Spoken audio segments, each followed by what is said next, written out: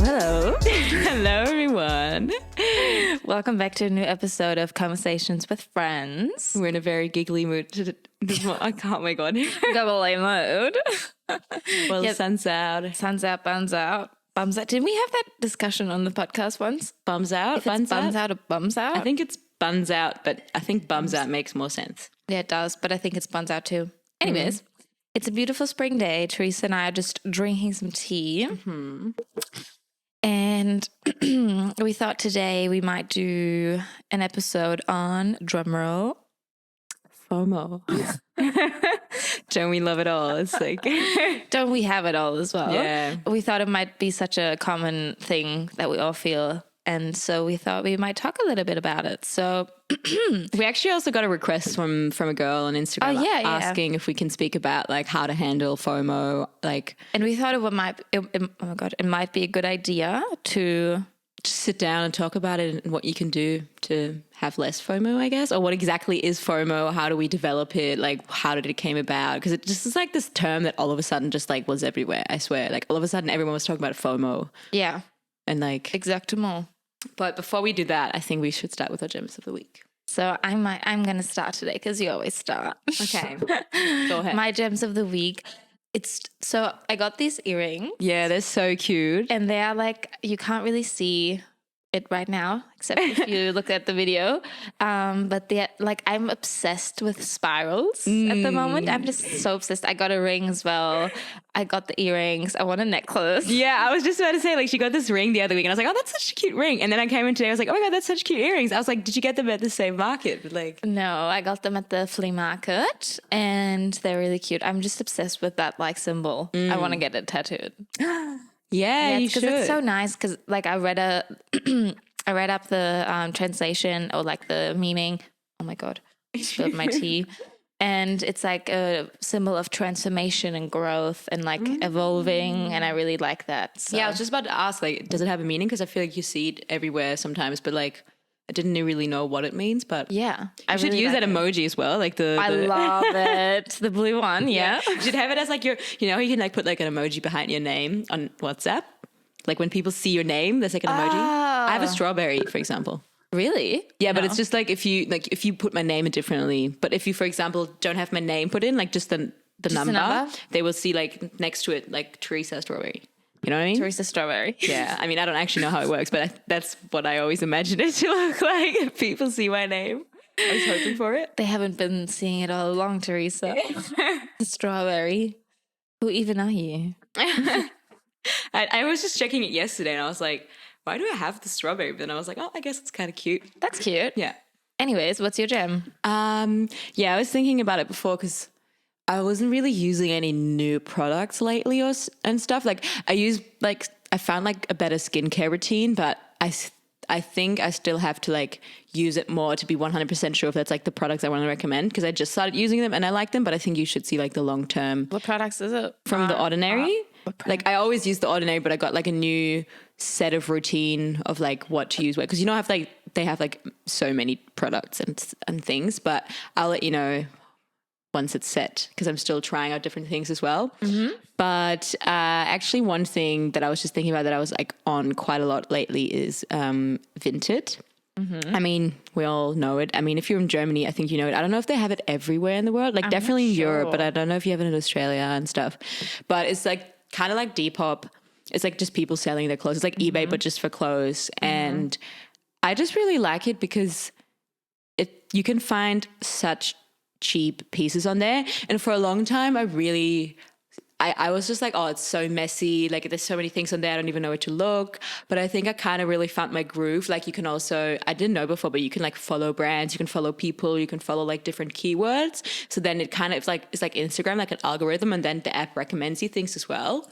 And there's like this thing on TikTok where you can like type in vintage brands or vintage keywords, and then they will show you like cool, like vintage brands that people used to wear a lot and that like people are selling on Vinted now that you probably don't know about, like not like designer brands, but like just random brands. And I looked like heaps of them up and then I put them on, like I just looked them up in Vinted, and there's so many like those like Vinted moms that just sell their stuff for so cheap because they have no idea like what it's worth. They're just like, oh, I just want to sell this stuff that I was wearing when I was a teenager, and they just want to get rid of it. So like sometimes you get stuff there for like €2. So I got this like really cute flowy like black skirt the other day that I love, and it was €2. Oh, I got this like sweatshirt jacket, and I'm currently on the hunt for some summer shoes. But like I just love going on there and saving things and then just going through my favorites, because you can literally get such good pieces for so cheap, and then like I don't know, you just spend €10 on 3 different things and it's still good quality. Like depends, like sometimes there's also shit stuff, you just have to search through it. And I think it takes some time to build up like a good knowledge of like what you like, what brands to look for. But I think if you're looking for cheap clothes, Vinted is the go-to. And now I actually was like in a vintage shop the other day, like a curated one, and it made me realize how expensive some of those.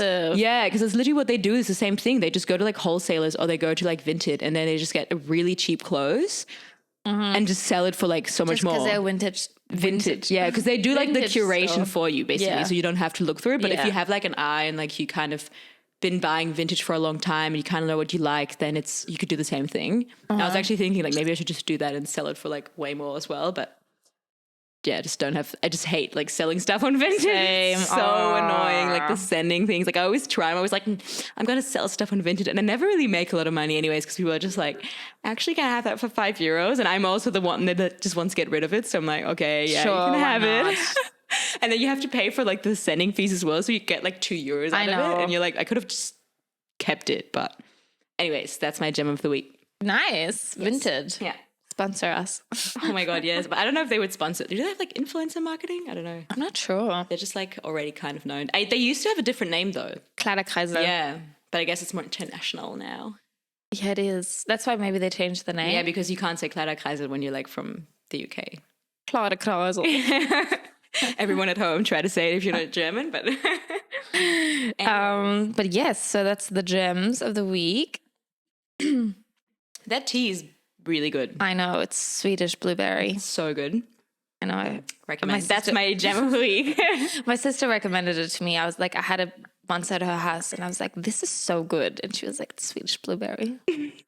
And like they have it at every supermarket. So really, yeah, tea kind of 10 out of 10. Recommend. It's delicious. Delish. Okay. Anyways, let's talk about our favorite. Is it an emotion? Like what actually is? Well, if you don't know, for anyone who doesn't know what FOMO means, it's fear of missing out, shortened. And it's basically kind of, I guess it's a feeling, an emotion, or just a general state, I would say. Yeah. It's like an anxiety you have, I think, yeah, in a sort way. of a form of anxiety. And it's basically, it like refers to the fact that you're like feeling that everyone else around you is doing something better. Or like, let's take an example. So when I had my tonsil surgery and I was just at home and couldn't do anything, and then all of my friends were like, I don't know, going out, and I was like at home, and I was like, oh shit, they're having so much fun and I'm just here. And that's like the perfect example, like one of the perfect examples of FOMO, because I was like being at home, I was at home not doing anything, and I felt like everyone around me except myself was having fun. So that's sort of, it's like a fear of missing out. It's like a fear of missing out on events that can like make your life better. I mean, I also have a definition from Oxford Languages. There's different definitions online, but I just wanted to have like a clear definition, and it says that fear of missing out is an anxiety that an exciting and interesting event may currently be happening elsewhere, often aroused by posts seen on social media. So like, yeah, it's like something else is happening somewhere, but it can also be caused by, like, for example, interactions or conversations that you haven't been conversations that you haven't been part of, or like, oh yeah, you're not in the loop with people, like conversations that other people are having, and you don't, like, for example, inside jokes. You could also have a feeling of FOMO when other people are having a conversation that you don't know what's going on. It's like a different set of FOMO, but there's like they're different types or like different kind of forms of it. So like it's not only like when like someone's out there doing something, it's also just in general, if you feel like people are living better lives at this moment than you, or like doing cooler things in general in their lives and stuff, that's just a form of FOMO as well. I feel like it really came about like the whole, maybe that's just me, but like the whole Alexis Ren, Jay Alvarez time where people were just like, yeah, you're just at home in winter and watching those videos and you're like, I think I had to write a thesis when I was like in 10th grade or something about like social media and how it can affect your mental health. And that's the first time I heard of FOMO, because I think I researched, and there was like a scientist that researched it in 1996, but it really became popular in 2004. And then like with social media and stuff, because this guy wrote this Harvard student wrote an article about FOMO, but he called it FOBO. Wait, I wrote it down. FOBO, because it's like fear of a better option.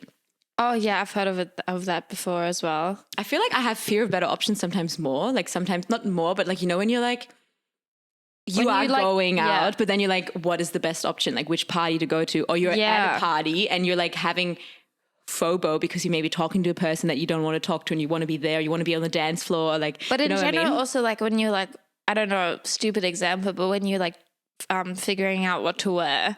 And then you're like, I don't know, when you're outside and you're like, shit, I should have worn this. It would have looked so much better. Or like, was that? Did you hear that? No, I think that was my watch. I have that a lot. Yeah. Or like, I don't know, just in general. No one's talking about FOBO. Make FOBO a thing again. Like I actually have FOBO all the time, like making the right decision as well. Like, oh my God. Like, what is the better option? My sister can write a book about this. Like legit, I'm like so indecisive. Yeah. And like it's a Libra in you. Yeah, it is. Like I just don't know. And then I get really like anxious and I spiral and I'm like, shit, I don't know. And I get this and when someone says, oh yeah, just decide, I'm like, fuck off, I don't know. Yeah. And you're like, it's also like you then just sit there and do nothing because you're just like, don't want to do the wrong thing. Yeah. And then you just end up doing nothing or just like end up wasting time. It's so like annoying. It's like that clip from the movie The Notebook. What do you want? It's not that simple. It's not that simple. Or ordering food. Oh my God. Fuck it. Every time we have like a girl side, it's always like, oh, I don't care. But actually like you do. It's always like this, like, yeah, I don't care, but not this and not that. Anyways, we're getting off topic. I think there's bigger forms of FOMO as well than just ordering food, but just wanted to put that out there. That's how like it kind of came about, this term of FOMO, FOBO. And it just, I guess, kind of became bigger over the years of social media and people are experiencing it more. Absolutely. Yeah. And sorry, I just lost my notes. But yeah, I guess it kind of is just like, I don't know, like, do you think you still experience a lot of FOMO, like compared to back in the day? Yeah. Yeah. Like literally, like when I was younger, I literally didn't care. Really? Yeah. That's so interesting. For me, it's like the other way around. Like, really? Yeah. I don't know. Like now I'm just, I don't know if I put so much pressure on myself or like, because I feel like I think we've talked about this once. I don't know if on the podcast, but I have really bad summer FOMO. Like in general, when you're like in summer. Seasonal FOMO, yeah. A seasonal FOMO, you're inside doing uni or doing work and you're like, I need to go outside. I need to be doing shit, you know? And I have that a lot in summer. Now that the weather's getting better, I'm like, oh. You feel like you need to enjoy every second of the sun because in Germany you don't get it a lot. So it's like, it's good in the sense that like people are going out more, but if you like, physically can't, like you just like have to do work, then it like and then you just get really anxious and it's just really annoying. But I'd say that I still experience quite a, like now that like in the past few weeks, I was experiencing it quite a lot, obviously because I physically couldn't go out and like couldn't do anything. And it was like, that was a problem because I knew that I couldn't and that was just making it worse because I was like, I can't do anything about it. And now I'm here and everyone's out there living their lives. But yeah, I'd say I still have it every now and then. It's not really bad, but sometimes worse than other times, I guess. If I spend a lot of time on Instagram or in, like just in general on social media, I don't always want to blame everything on social media, but a lot of it. Well, you just see more of people's lives. Yeah. Before you didn't really know what other people were doing. You probably still experienced FOMO, but you just couldn't put a term to it. Like I think like my mum was probably still experiencing FOMO when she like didn't go out that one night because she had to study and everyone else was going out. But you didn't see it on people's stories, so you didn't really actually see what the party was like. So you and then you sort of forget about it. You're like, oh, it's fine. Like You know, when I was a kid, like literally you didn't have any idea. You just called them at home, like your friend, like, hey, do you want to go out and play? God, yes. And they're like, sure, I just have to finish my homework. It's also just not like partying. I think it's also just people's lives in general. Like when they go on vacations and with influencers that like showing their like best lives. Yeah. I think.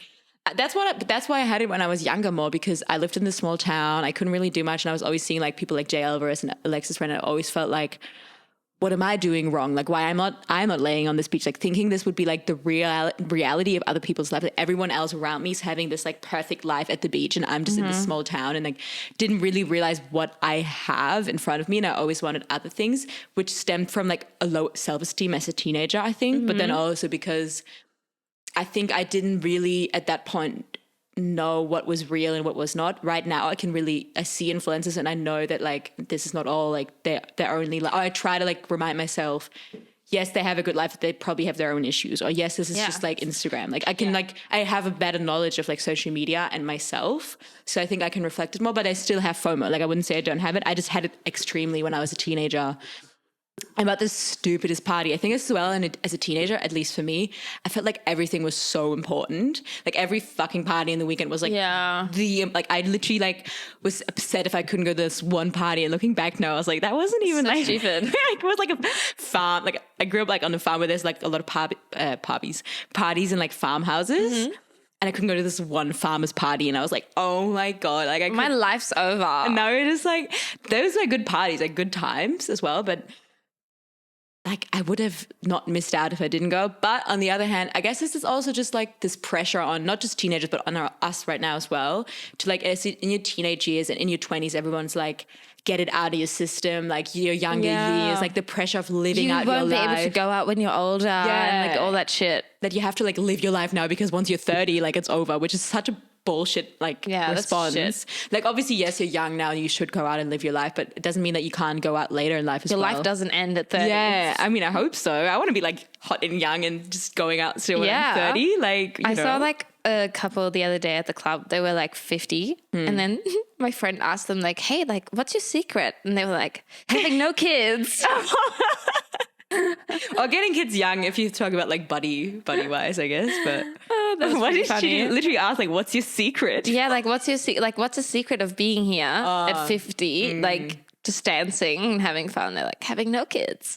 I guess also just don't overthink it. Like just go, you know.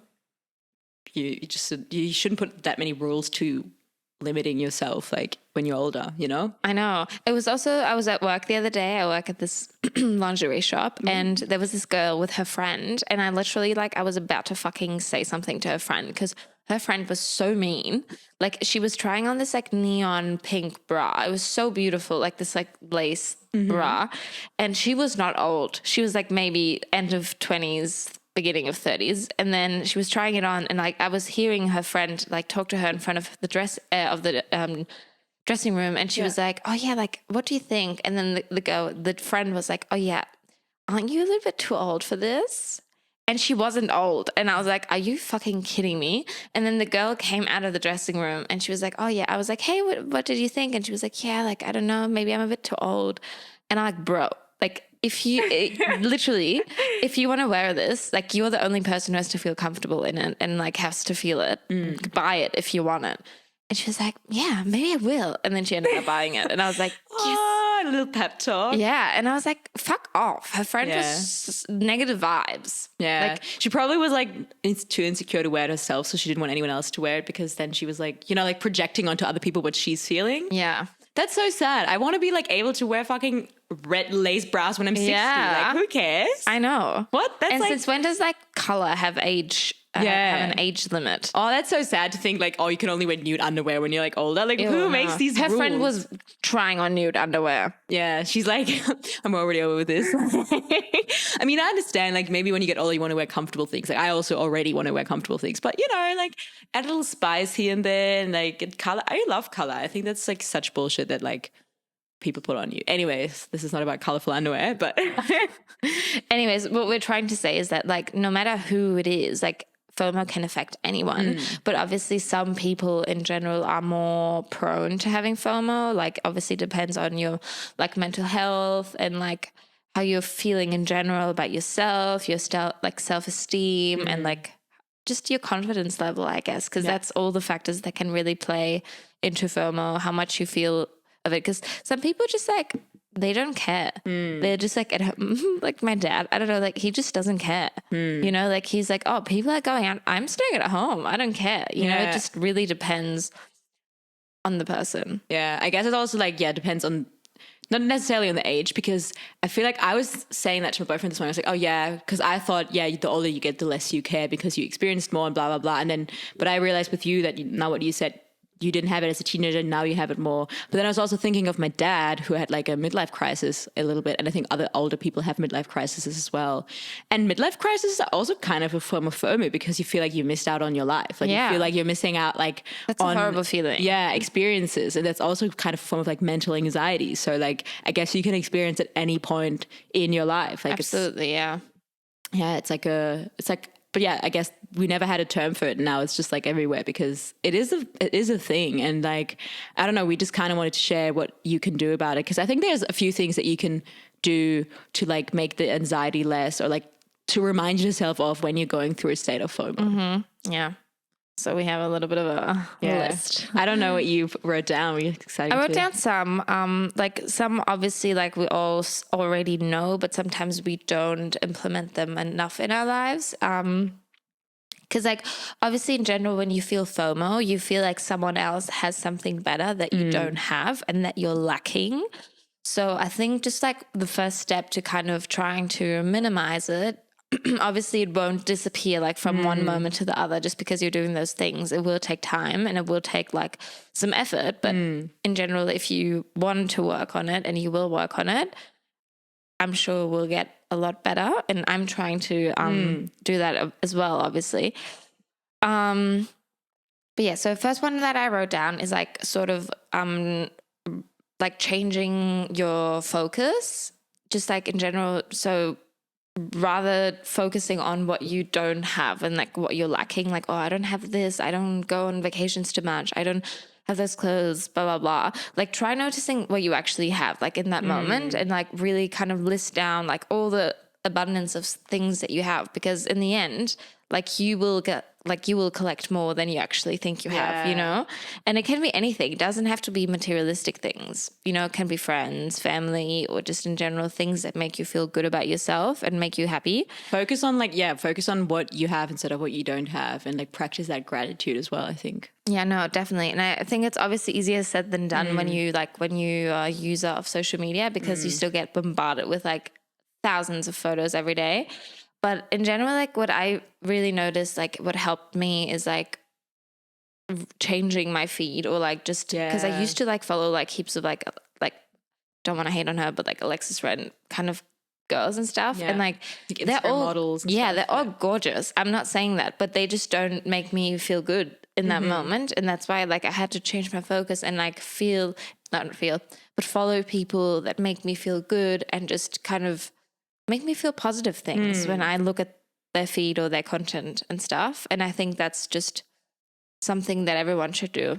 Just being aware as well of like your social media usage. Like it can be like, there can be a lot of triggers in social media, and just realizing what those triggers are for you. For you, it's the models, but for other people it might be food, vacations, like whatever it is that like triggers you, analyze that and realize that it is a trigger, and then take the step to like unfollow them, which is a big step for some people. I think some people don't even realize that it's bad for them, or they know it's bad, but they're so addicted to it that they like don't even know. But just be strict to yourself and like unfollow these people, and start following more positive people, because I think you can also learn a lot from social media, and you can have a positive feed if you want to. I mean, there's a lot of people that say like reduce your social media, which I agree with as well. But if you, for example, don't want to, that's like an easier step I think to take, is to unfollow these people. And then when they're gone, you don't even think about them anymore. It's actually like easy as that, because I never had a thing where I unfollowed someone and was like, oh my God, I need to follow them back. Like I'm thinking about them constantly. But when they're in your feed, you're thinking about them like unconsciously as well. So I think that's definitely a big step to just in general implement. You can just maybe try and like, I don't know, mute people or like unfollow people to actually identify what's making you feel FOMO or what's sort of the trigger. And then if it works, and then if you feel like less bad. Obviously that it's going to be like, that's good, but like just keep trying and see what works best for you. And if it's that person or if it's that page or and if you can do like detoxes and stuff, that's great. But like, that's my takes baby steps as well, I think. Yeah, that's my second one. It's try digital detox. DD. DD. I just don't know. Like it's just so bad that nowadays, like this is a thing. Like digital detox. Like I just like it just actually shows me how bad human beings have gotten with like phones and digital usage. It's like that there's already a word for it. It's like kind of fucked up. Yeah. No, it definitely is. I was actually listening to something the other day that made me feel really good, because I think we tend to like put everything on our generation, how bad our life and our generation is, and like with digital stuff. And I totally agree how bad this is. But I heard someone say that like it was like an older guy who like started a business or something, and he was talking about like how he was like, oh, I wish I was a teenager in this time, because this generation has so much freedom of choice when it comes to jobs and careers and like money aspects. Like you have so much more freedom, and it made me feel positive to hear someone say something positive about our generation, because I was like, we're always downing ourselves so much on how bad we are with the usage. But I totally agree with like trying to focus on what's good for your mental health, because there is good things out there. There's positive sides of social media, but like, yeah, if it's not good for you, if it doesn't serve you, if you don't want to work in this industry, if you don't want to start a business, then, and if you don't really need social media, then just get rid of it. But some people just can't fully get rid of it, maybe because they also have jobs on there. But then it's like, yeah, just detox for 1 week even. Like you would think, oh my God, like 1 week, like what am I going to do? But 1 week's going to go over so quickly, and you realize that you maybe don't even need it as much as you think. So yeah, I think definitely that's... Yeah, also like Theresa said, if that's not possible of you doing that, just like I guess you can consider like limiting your usage, like your usage, or like the use of certain social media apps or apps in general that make you feel like you're missing out. So just you can either temporarily like remove those apps, or you can just put those like time limits that I've seen like people do that and it doesn't work. Like I never tried it, to be honest, but like just like the time limit on Instagram, and they'll always like and it's like seriously. I've seen people do it. That's why I never get it, because I'm like, I don't know, does this actually work? Like but yeah, what I actually heard, and I want to implement it more, is like removing it from your home screen and like putting it like on the back, where you're like you're more aware of like being very intentional with your usage, like thinking about before you go on this app, like, why do I want to go on here? Is there a purpose? Like, for example, if you're creating videos, like I want to look for video for music now, or I want to look at this certain creator because I want to get this information out there. Like actually being intentional, not just like, because I tend to just sometimes go on apps and scroll and don't even realize that I'm like wasting my time right now. And this is not really. And then you like have like 20 minutes like wasted, and you're like, what did I just do? I just looked at other people doing their shit. Like, but that's not just for FOMO. I think that's just in general for your like, your time and productivity. But I also think with what you said with changing your focus is like, yeah, obviously changing your focus to what you have and your gratitude, but also like changing your focus on why you're feeling this FOMO, like changing your focus of why you want to go to events or why you want to have a life. Like, do you have a life, have like a vacation or something? Like, do you want to go for like showing it on your story or to brag about it? Or do you really want to go to have this experience or fun? I think you should really focus on going because you really want to, and you really want to have an experience, and you want to like nourish your relationships, or you want to go because you need this time out for you. Like think about why you want to have these things, and if you really want something, then you can have it. But like, don't feel this FOMO because you feel like, oh, this is like such a great, because sometimes you see things on social media and it looks like such a great party and it actually isn't. And then you're just having this like anxiety for no reason. Yeah. And sometimes there's good reasons as to why you're staying home. Like maybe you have a test tomorrow and you shouldn't, and that's really, really important for you in your life. And you think in this moment, this is your priority, then that's okay. Like just being like telling yourself, okay, I have to set priorities in my life. I can't do it all. And maybe your priority tonight is to have fun and go out and make experiences. But maybe tomorrow the priority is to really get a good grade at this test because you feel like that will make you happier. Then I think that's a good reason to stay home. And then you shouldn't like get so angry about and hard on yourself about it, because there is reasons as to why you may be staying home, and then just be like, no, it's good that I'm staying home. I made this decision for myself. But I think decision making is really hard. So I think that's like the thing as well for me with FOMO is like, what do I do tonight? Yeah, what do I want? Because especially in your 20s, it's like the mix of like, oh, I should go out to live my life and like create like these experiences, but it's also like you still need to like make money, or you still need to like educate yourself to like find this focus in your life. So it's like balancing these two sometimes can be really, really hard, and knowing what you want as well. I think it's like a kind of like a muscle you have to train over the years, which I keep telling myself. I don't think anyone anyone has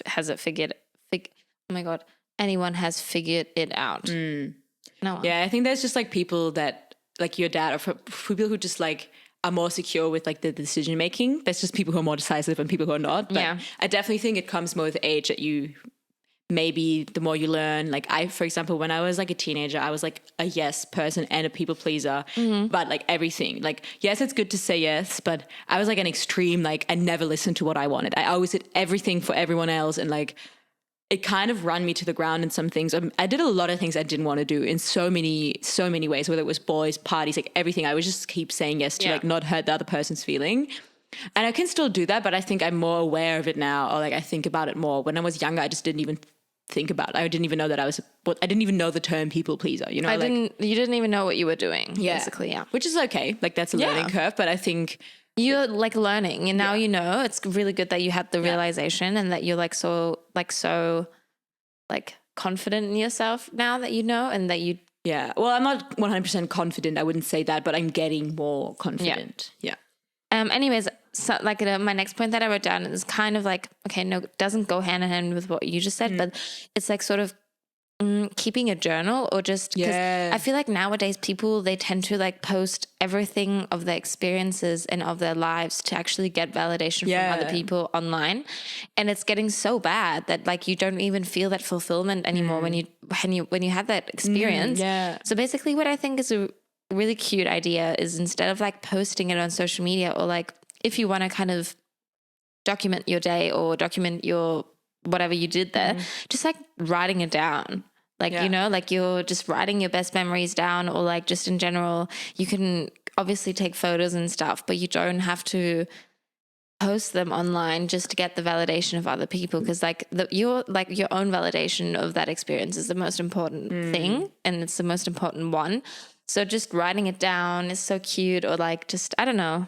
Maybe also be present in that moment of how lucky you are, or like this gratitude practice that we always talk about. It's like feeling that in the moment, because like I actually agree with what you say, that sometimes we have these amazing experiences that we don't even think about it in the moment, or like how lucky we are. Like sometimes I stand in the sun and I'm like, oh, today's a beautiful day, but sometimes I have like the greatest experience that I've always wanted, and I'm like so on to the next step, or like thinking about something else, that I'm not even really realizing how good my present moment is. And I think that's a really hard thing to maintain. But I think, trying to like catch how you feel in the moment. And if you can't do that, like a journal would be good to just reflect on, okay, how did I feel in that moment? Like, and going back to that state of like happiness, to like kind of channel this energy and just be like, yeah, I'm so grateful. Yeah, that was a fucking great party. Yeah, that was a great event that I went to. Because sometimes in the moment, it's like it goes by so quickly that you don't even realize. And that's so sad, because I think you should really hold on to this feelings, because the more you can channel those positive emotions, you can like put them out in the world. And like, you know, it sounds so like witchy, but you know what I mean? Like I really agree with the fact that sometimes we don't even realize how lucky we are in the moment. It's just basically like shifting your focus from like public approval to sort of private appreciation. That's like, that should be the mantra, you know, like just because why do we care so much about what other people think of our own experiences? You know, we should shift that focus and be like, okay, just say to yourself, I had a cool experience and that is enough. I don't need anyone's approval or any validation that this was actually a cool party, you know? Like I was there, I had that moment, I was present, and that's enough. Yeah.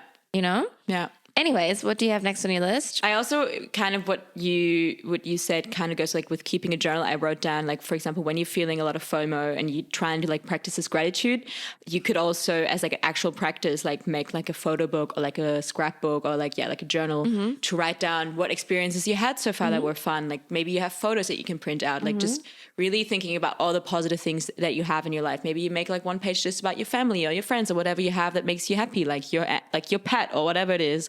And just really physically look at things that make you happy. And also I think if you're like, for example, going back to this Alexis Ren example, you're looking at them and you're like, oh, I wish I had this life. I wish I had this and this. Instead of just wasting your time watching these videos and consuming other people's lives, think about how you can make your life your dream life. Like what actually is something you want to achieve in your life, and then maybe print out like photo books, collages, make like mood boards of something you want to achieve, and like focus on your own life more than other people's lives, because we tend to just, like, I used to do that as a teenager a lot. I looked at all these people and I was like, oh, I wish I will have this life. But it's like actually possible to have that life. It's actually possible to work and go on vacation. It's actually possible to do the things other people do if you just don't waste the time just always thinking about other people's lives but your own. Yeah. So yeah, just be a bit more proactive about your own dreams. I know. We always like tend to like, the grass is always green on the other side. I always remember this. Like, we always tend to see other people's lives in a better light than our own. And I think that's really important to also shift that focus there and be like, okay, I'm going to focus on myself, not because we tend to put ourselves in like a victim position as well. Like, oh, I'm so broke. Oh, I'm this. I will never have this. Where it's like, no, you actually can have these things. Like, and it's easier said than done if you just actually put your mind to it, or you work on it so you can have it one day. But it's always this like, maybe I'll do this when I finish school. Maybe I'll do this when I have more money. And in some cases, yes, you have to like, it takes some time, but you can't always postpone it. Like, some things you have to start in the moment to like have later on. But yeah, I don't know. It's just sometimes like these excuses of like why you can't have it, or like why this is this. Like, I'm the victim. Like, obviously, like when you want to go on vacation, you don't have the money. Like, you can't be like, oh, I'm just going to go and just like spend all my money. But like in general, I think what you're saying is like, you can work towards having that. If you really want something, you can have it. Like, that's what my dad always said when I was a kid. If you really want something and you work your ass off, you can have it. Like, you just really need to want it and like put the work and the energy into it. But anyways, that was one point I wrote down. I also wrote down like that, like if you're feeling those sort of FOMO feelings, that you should like try and seek out like real connections, or just in general, like, you know, try and meet a friend or like hang out with your friends. Because sometimes when you're feeling this feeling of FOMO, it often tends to be like a feeling, like a deeper feeling of like being lonely or like being a bit anxious or a bit down. So obviously feelings of loneliness are really normal and they're human emotions, but it's also a way of our brain telling us that we want to seek out other connections and that we want to seek out we want to seek out other people and we want to hang out with them. So I think just in general, like, you know, make plans with a friend instead of just spiraling at home alone, just being like putting yourself down while you're feeling this way, or just doing anything social that sort of gets you out of that space can be a really good way to sort of get out of that spiral as well. If you don't have time, or if you don't have the chance to actually make plans or go out and meet people, obviously you can just pop a message to someone, call someone, and that will also get you sort of out of that rut and will give you the chance of having a more intimate connection to someone else. Yeah, that's actually one thing I also wrote down, is like focus on yourself and the relationships around you that you want to nourish, because we sometimes forget how important those relationships are, and sometimes you get FOMO from people that you don't even like necessarily care about. It's like just random people that you see, whereas you can just actually nourish those relationships with the people surrounding you that are important to you, whether it's your friends or your family, and also practicing to say no to things that don't necessarily serve you and focus on quantity, not quality. Like saying like, oh my God, like you look at like Instagram and you see that you missed these 3 parties on this weekend that you like wanted to go to, but like you couldn't because you weren't invited, or like just you don't even randomly know these people. And then you're like, oh, I didn't go to these 3 parties. But actually maybe just focus to say no, because maybe next week there will be one great party with your actual friends that will be even more amazing. And like, it's sometimes like, you can also experience it more because you're maybe in a better state of mind. Like sometimes it's like better to have one great party than like 3 parties that you actually didn't really want to go to. You just went, like I said before, for sharing it or talking about it, or for like just the reason of going to a party. And just being more present and realizing, okay, do I really want to go to this party? Like, why do I want to go to this party?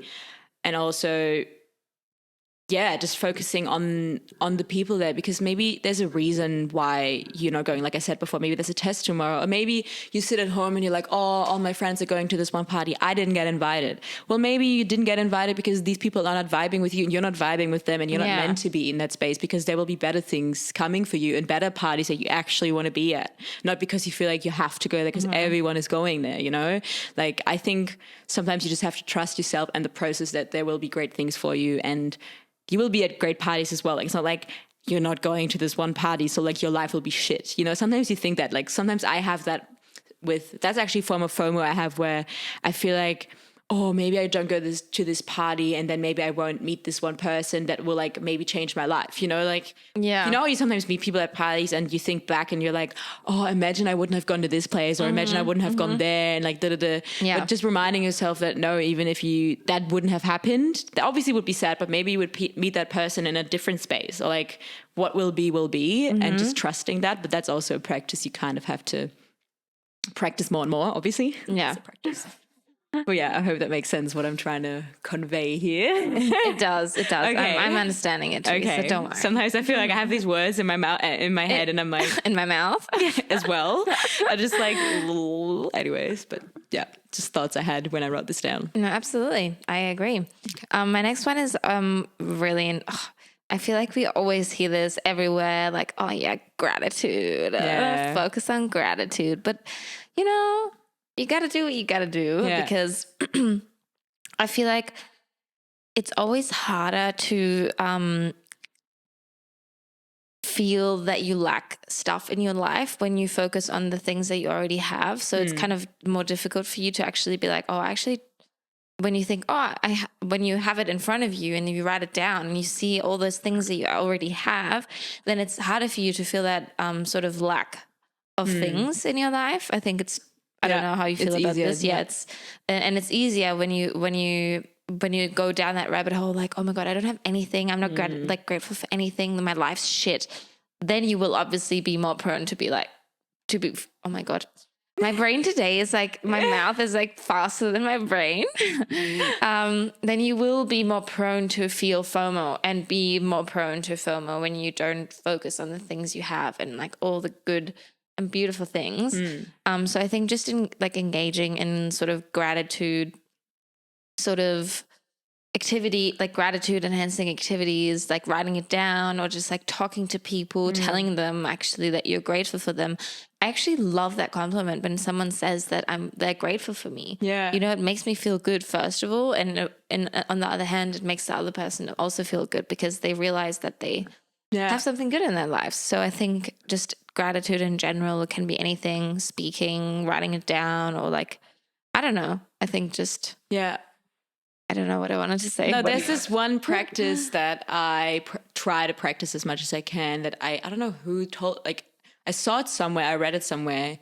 But it's like this practice where every morning you wake up, the first thing you do, like, is to sit on this corner of your bed or wherever you want to sit, and put your hand on your heart and close your eyes and think of all the things you're grateful for, and like actually like visualize them. And you can do it for 1 minute, you can do it for 5 minutes, whatever you want, and just like visualize like the sun on your skin, or the ocean, or like friends, like whatever it is. And that will automatically, the more you do it, set off your day with the right start. And like I try to do that at the moment instead of checking my phone straight away, because I think the first few minutes of your day really determine your day. So definitely. But I think also, like, I don't know, I totally agree with this, but sometimes I don't think we should put too much pressure on this, like, oh, the first minutes, like, it will determine your day, because sometimes you will go on your phone, sometimes you won't have a good start, and then like I don't think we should immediately be like, oh, now that I haven't had good minutes of like the first good minutes of my morning, I won't have a good day. No, you know, I think we should shift it. I totally agree with this. Obviously, like, when you have a really good morning, it will determine your day, that it will obviously probably be a good day. But I don't think also we should be like, oh, just because I had bad 10 minutes or because I looked on my phone straight away, like I won't have a good day. Yeah, my day's ruined. Yeah, that's true. So yeah, try and find the good balance between it. Just don't be too hard on yourself. Yeah, obviously try and make the best out of it. Try not to be on your phone as much. Like, start slow, and it will be all good, but don't put too much pressure on yourself, because I think that's when you put too much pressure on the first minutes of your day. Because I feel like we always hear that everywhere, like everyone's saying like, oh, things that have changed my life forever, not going on my phone the first hour of the morning. Like, sometimes maybe it isn't possible because you have to call someone, or you really have to check a message or an email or whatever, and then you're like, oh fuck, I was on my phone, like, and then you feel guilty. I feel that myself sometimes, but it's okay. Yeah, no, I totally agree. Like, I also do that. I also still check my phone. It's just more like a thing that I'm trying to do more myself, do because I think for me it is possible to do it the more I do it, and I actually do feel a shift in my day when I do it. But obviously, like, you shouldn't be like, oh, I didn't do it the first minutes, I'm not going to do it at all. Like, you could still do it, you can still check your phone and then do it afterwards, which I do sometimes as well. I totally agree with you. You shouldn't put too much pressure on yourself, and like, if it didn't happen, you shouldn't just be like, oh, okay, well, the morning already started. It's a shit day. Yeah. Or like, oh, the morning already started. Like, whatever. Like, you can still do it. Like, you can still do it, like, even at 3 p.m. in the afternoon, you know? But just putting this out there for anyone who's like, how do I actually practice gratitude? Like, that's one thing you can do it with that I personally think is maybe easier, because you can do it anywhere. Like, I like doing it on my journal as well, but sometimes you don't have your journal with you, or like, you could just literally do it anywhere. You don't even have to close your eyes or put your hand on your heart. Like, you could just sit in the tram and look outside the window. I do that sometimes too. Like, just find small moments in your day where you can do it. I actually just remembered, it doesn't, I don't know if it has to do like with the things that we're like, with the thing that we're talking like with gratitude and stuff right now. But I like went to my therapist last week, and I was like talking to her, and I was like, oh yeah, I feel like everyone around me is being much more like successful and like having all those good things. And she was like, and now she was like, you're 23. Like, what do you what do you expect from yourself? Like, and I was like, it just made me think. So I think everyone who's listening to this, like, you don't have to feel FOMO. You are like literally exactly where you need to be. And I just had to think of this because I was like, I'm going to therapy again today. I'm really excited. But she was like, yeah, why are you feeling this pressure of doing all those things? Like, who's telling you to do all those things? It's yourself. It's like your inner critic who's constantly saying, oh, just because other people are doing this or going out or doing this in their profession, like in their professional careers, that you have to do it as well. And I think we just, in general, in this whole thing, in like this whole FOMO thing situation, obviously social media can really put more pressure on it, but in general, where it's rooted, it's ourselves. Because we put so much pressure on it, because like the inner critic is always so mean. No, definitely. I really agree with that, because I think even if you have that success, you still think that, because I think you also compare yourself to other people's timeline. Yeah. And like nowadays, everyone is getting so successful way younger than like back in the day. And I think it's just like finding your own timeline. Like, maybe some people are successful now, but then like not later in life, or like what even is success for you, and like defining that. Just because other people, like someone else is successful, like that doesn't mean that is the same success for you as well. Yeah. I think especially your 20s is like such a weird time of like, everyone is in different timelines. Everyone, like some people like in my hometown, like getting pregnant now and getting married. Like, you know what I mean? Like everyone has a different timeline, a different way they want to live their life. And I think that's okay. And I think like realizing that, but yeah, it's definitely hard. Like I think everyone in their 20s has struggled with this feeling of, oh my God, they're more this, they're more that, they have more than other people. It's again, this feeling of like lack and missing out on opportunities or chances. But I think it's really important that you say that, because I think everyone is struggling with this, even the people that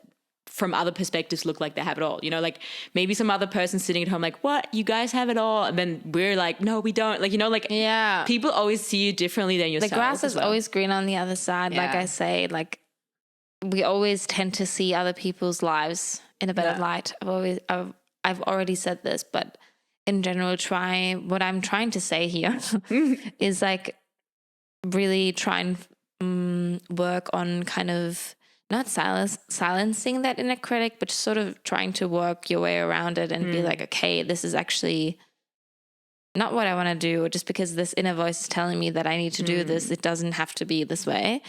So yeah, that's my goal. I think it actually, I really agree, because it's one thing I wrote down as my last point as well, is to like focus on yourself, focus on like what's your inner critic, like what's challenging you, why do you feel like you're lacking this party or this event, or like why do you have FOMO, why do you think you're missing out on things, and just like sometimes you have to prioritize your mental well-being and think about, okay, why am I staying home right now? Maybe it's better for my body. Maybe you're like so run down because you did all these other things for uni or whatever that you physically can't go somewhere, and then you shouldn't be so harsh on yourself, because at the end of the day, you should work on your own self-esteem in your own life, because if you truly don't like yourself, then you will get FOMO really quick, but if you truly try to like love your friends and love your life and work on yourself, then I think FOMO will become less and less naturally. Like I think it will always be there in some way, and that's okay. But I think it's like, yeah, like you said, it's really important to focus on what you can do about this and not just, yeah, social media is a factor, but it shouldn't be like, it's social media anyways, we're fucked. Yeah, like, yeah. What can you do about it? Like, you should focus on goal-orientated thinking. And I think what you said, like going to therapy, talking to someone about it, and like sharing this with people on the podcast, that it's also just a process. Everyone has these thoughts. It's normal. And you'll get there eventually. Like, just focus on what makes you happy, like your friends, your relationships, whatever it is, your hobbies, and you'll get there eventually. And I think one day you'll probably still have that FOMO feeling, but it will become less and less the more you channel that positivity in your life. Exactly. I agree. Yeah. Thank you. Do you have any? I mean, like, we're obviously not perfect, but we always share these things, and it's like just a conversation we're having, obviously, because I'm not a therapist. I don't have it all figured out. Like, and even therapists, I think, don't have it all figured out. Yeah, but we're just all trying to like explain life and what's going on with our thoughts. And exactly. Yeah, I hope everyone can like take something away from this. And if you're feeling FOMO right now, it's not worth it, you know? It's fine. It's just light up a candle, take a bath, read your book, and just be like, this is fucking good right now. Like, I love where I am. Or just whatever, wherever you are. Like, just, yeah, you're exactly where you need to be. Yeah. And if you don't want to be where you are right now, just change that. Exactly. Yeah. Anyways, guys, thank you for listening. Theresa's already out of the room. I actually need to pee like really bad. So anyways. Like, my bladder is just like, oh, fuck this FOMO. Like, I FOMO for the toilet. Like, anyways, we hope you can take anything away from this. Like we already said like 1,000 times today, you're exactly where you need to be. Take a chill pill. It's fine. And we will see you in the next episode. Bye.